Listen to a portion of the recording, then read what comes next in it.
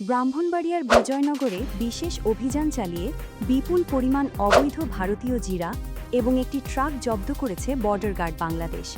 উদ্ধারকৃত মালামালের আনুমানিক বাজার মূল্য প্রায় ১,৮০,৯৫,০০০ টাকা।